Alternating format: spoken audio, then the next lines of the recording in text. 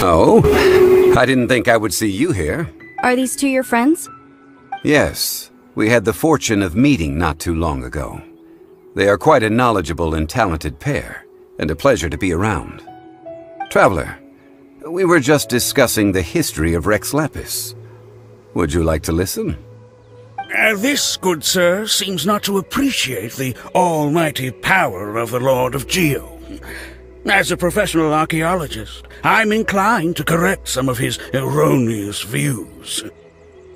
We are discussing the whereabouts of the first Mora. The first Mora? As everyone knows, the Lord of Geo taught the ancient people of Liyue the craft of smelting, creating goods that allowed them to develop trade with the early nations of that time. Today, Liyue holds the sole right to cast Mora in the entire continent of Teyvat. The world's very first Mora should have been cast by the hands of the Lord of Geo himself thousands of years ago. According to my research, as well as my own hypothesis, I believe that this coin of unique historical significance has been passed down secretly through the years as a kind of token. For example, perhaps the Qixing who control the Liyue use it in some kind of unknown ceremony they hold when they come to power. No. My research indicates that the first Mora coin is not such a simple thing. Mora is a catalyst. This we all know. Even today, Mora is used in the mystic arts for its curious properties of weapon enhancement. The world's first Mora would no doubt possess the strongest power. My next historical treatise will boldly expound on the newest findings from my intense decade-long research. That is, that the Lord of Geo used this original Mora as a catalyst to enhance a dagger and a sword. A dagger and a sword?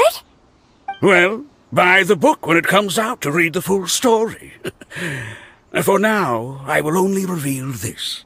The one who finds the dagger shall become supreme in Liyue, and the one who finds the sword may be crowned Liyue's sovereign. I can't say I agree. Let us not speak of the authenticity of the dagger and sword first. But Mora and money came about simply because they are a convenient measure of a contract's value. Rex Lapis just meant for Mora to serve as a catalyst for people to exchange and trade. The world's first Mora is probably just an ordinary coin created by Rex Lapis. As for its fate, the same as all Mora, I suspect. It was simply spent somewhere.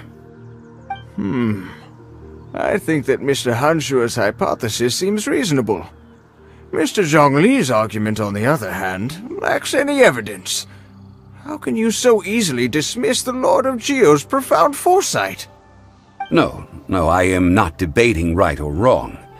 I am simply stating a fact. Enough! Do you think you understand the Lord of Geo more than me? I know but little about history, and I wouldn't dare to brag. But discussion is meaningless if everyone has the same opinion, no? Well then, answer me this. Long ago, when Liyue Harbor was being constructed, the Lord of Geo taught the people how to build houses. The model home he used to teach them was completely cast from Mora, correct? That is correct, indeed. Okay, then tell me.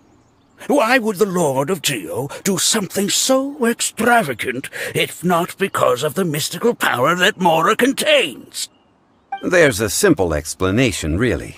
To the god of wealth and commerce, what material is easier to get than Mora?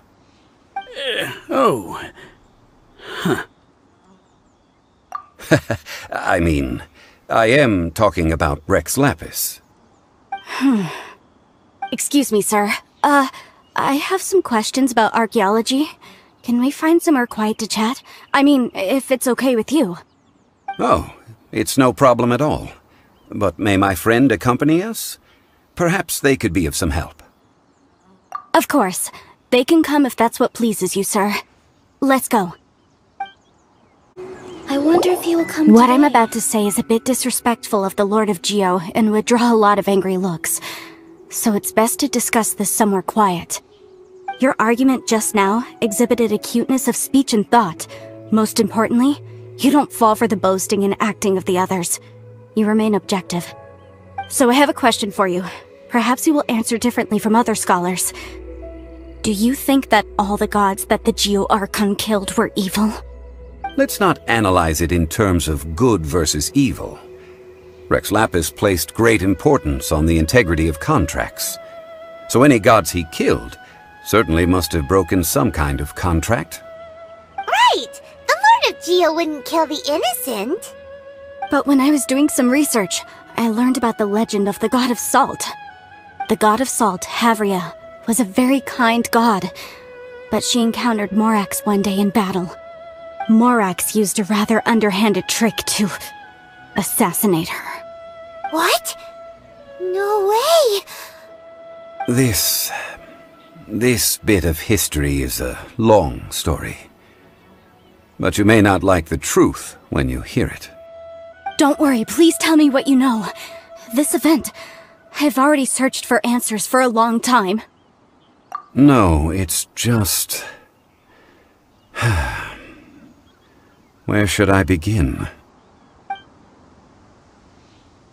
Over here! Mr. Zhongli! I've been looking for you! So you're over here all this time. Put down your weapon and stay back. Otherwise, Paimon's reporting you to the Millelith. First of all, I'm not holding a weapon. There's no need to overreact now. I'm simply an archaeological researcher from Snezhnaya. I'm not here for trouble. The Fatui say that every time. But this time, I registered with the Liyue Ministry of Civil Affairs. I could show you the official documentation if you want to see it. I will be conducting an archaeological survey here, the results of which will all be shared with the ministry.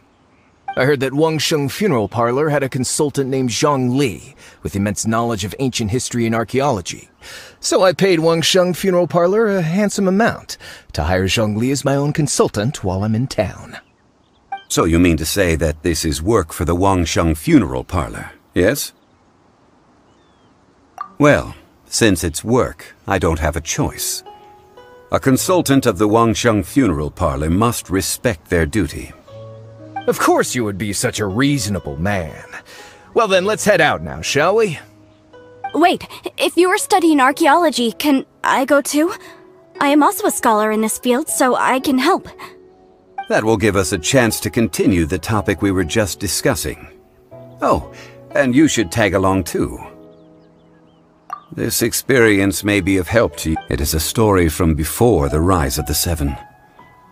Although the God of Salt has already perished, it will still be a meaningful experience for your journey. Wait. This is an archaeological expedition, not a tour group. That's too many people. But this friend of mine has a treasure-finding talent, surpassed by no one. It will surely be of great help to us. Oh? What talent? If my friend espies a treasure chest, they will absolutely find a way to open it. Hey, Paimon's good at that too. Well, that is quite enticing. All right then. Well, let's go. There's no time to waste. When the Overlord of the Vortex was crushed by the Jade Chamber recently, perhaps something of interest was washed ashore. An ancient artifact would be good. Traces of ancient activity would be great. But a piece of the god's limb would be even better.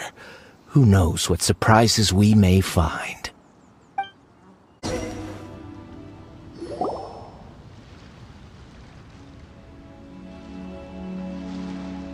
This place looks so ordinary. Can we really find anything valuable here?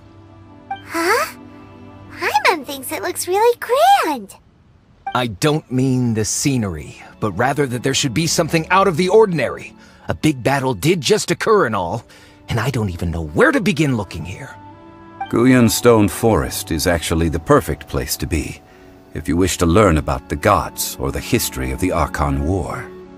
Legend has it that Rex Lapis threw spears made of large rock into the sea here, piercing and crushing the Overlord of the Vortex.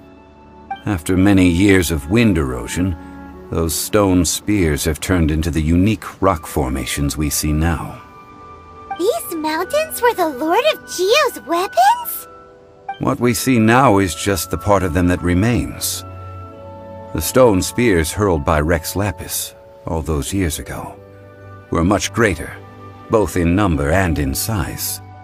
But due to the different angles they landed at, their large centers of mass, erosion by seawater, and years of gravity, many of them have been completely swallowed by the sea.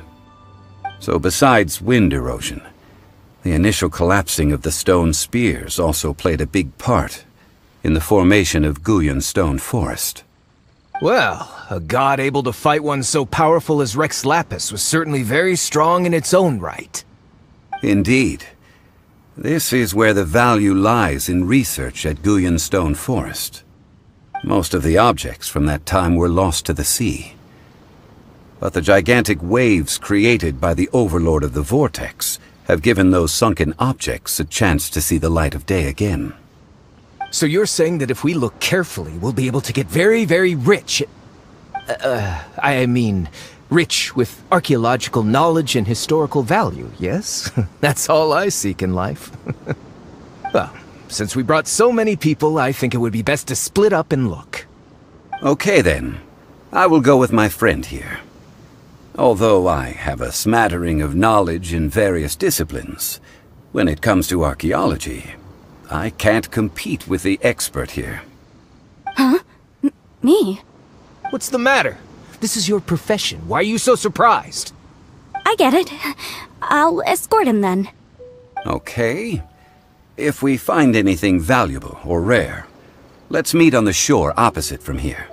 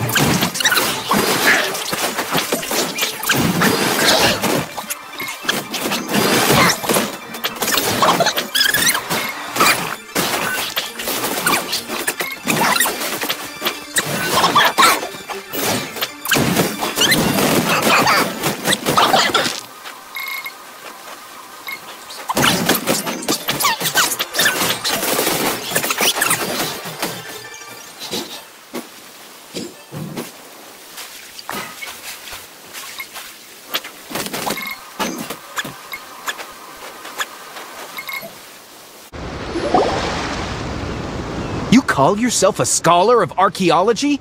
You can't even recognize this or that. What are you good for? We all have our areas of expertise. I already tried very hard to explain. Oh, stop arguing! What in the world happened?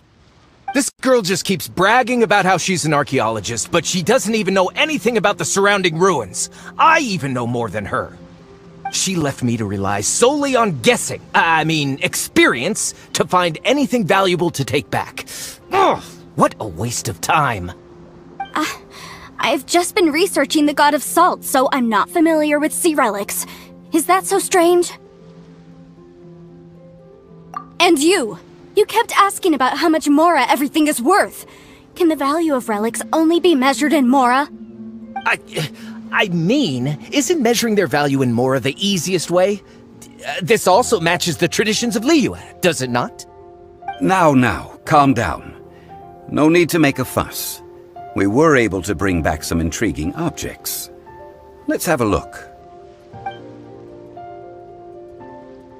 Oh, what a shame. These objects were indeed washed ashore by the Overlord of the Vortex, but they have nothing to do with the god besides being in the vicinity at the time. This stone slab we found, however, has a mysterious pattern and faint aura of divine power.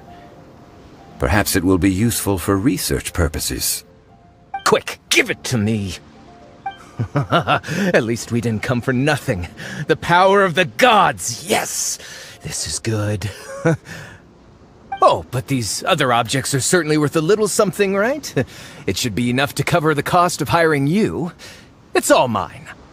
So, it's only valuable for research if there are remnants of divine power on it? Not at all. My quest to uncover the history of the God of Salt is because history can tell us about culture and beliefs. But you? You're just trying to use archaeology to get rich. Nonsense! I'm a professional archaeology researcher from Snezhnaya. I swear, if I'm lying, may the Lord of Geo strike me down. Oh, by the way, you probably don't want to sell that teacup. Oh? Why's that? That's not an ancient teacup. It's part of Ningguang's collection. It must have fallen here along with the Jade Chamber. So unless you want to mess with the Qixing... Ah, I see. What a shame. It was of such high quality, too. See? You do want to sell these objects! But, so what? Why can't I pursue wealth both intellectual and material? Don't be so simple-minded. All right, then. No need to stay here any longer. I'm rather quite intrigued by the God of Salt, too, actually. Let's go to Sal Tarai next. Ugh! You're simply a money grubber! And what are you, then? All you think about is digging up valuable relics every day. They're still arguing? Ugh. Let's not bother them.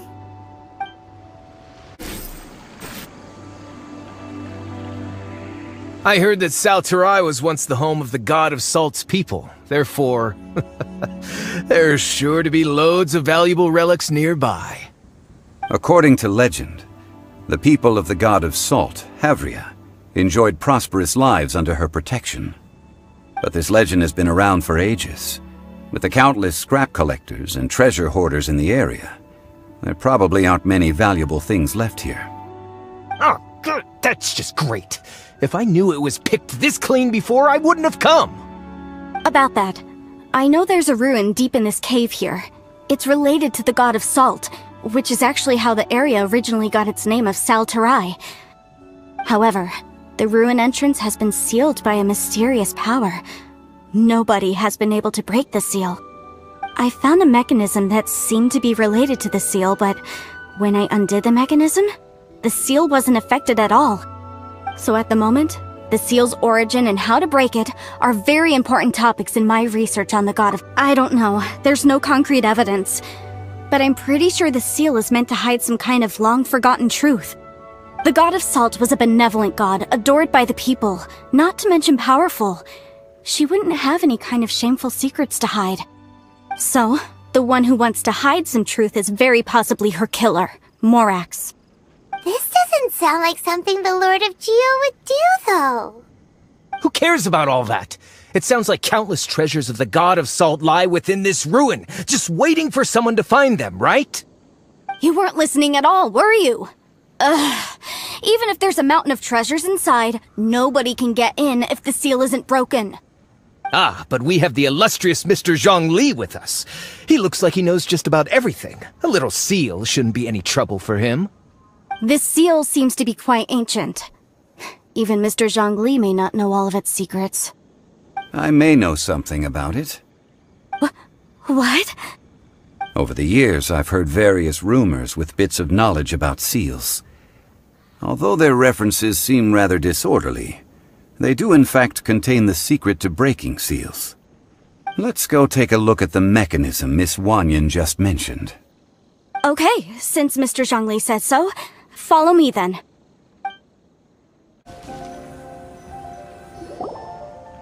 This place seems familiar. Huh, I remember. I think there's some elemental monuments here. So you're saying they're related to all this? When I investigated the seal last time, I had someone with a vision accompany me. But when we lit up all the elemental monuments, nothing happened. That's because you don't just need to activate them at the same time, but in a certain order as well. Otherwise, the seal will not be broken. The secret to this puzzle is hidden in the legends about the Archon War. Tianheng in the south, Yaoguang in the east, Jueyun in the west, Qingce in the north. All desolate and devoid of life.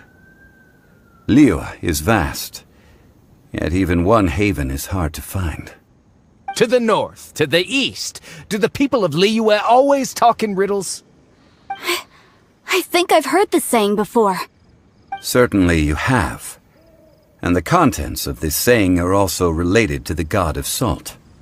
To provide a haven for her people, whose lives had been ravaged by the Archon War, this benevolent god searched all across Liyue. At that time, with the chaotic fires of war engulfing the land, even one sliver of peace was a luxury. And that haven she eventually found is right here. Today, it is known as Sal Turai. How sad then. In the end, this peaceful place was destroyed by Morax.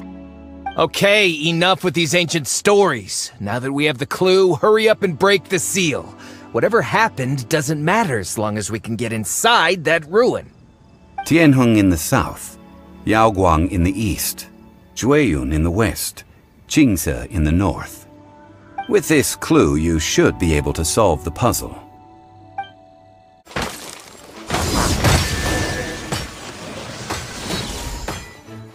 Look! The seal really was broken!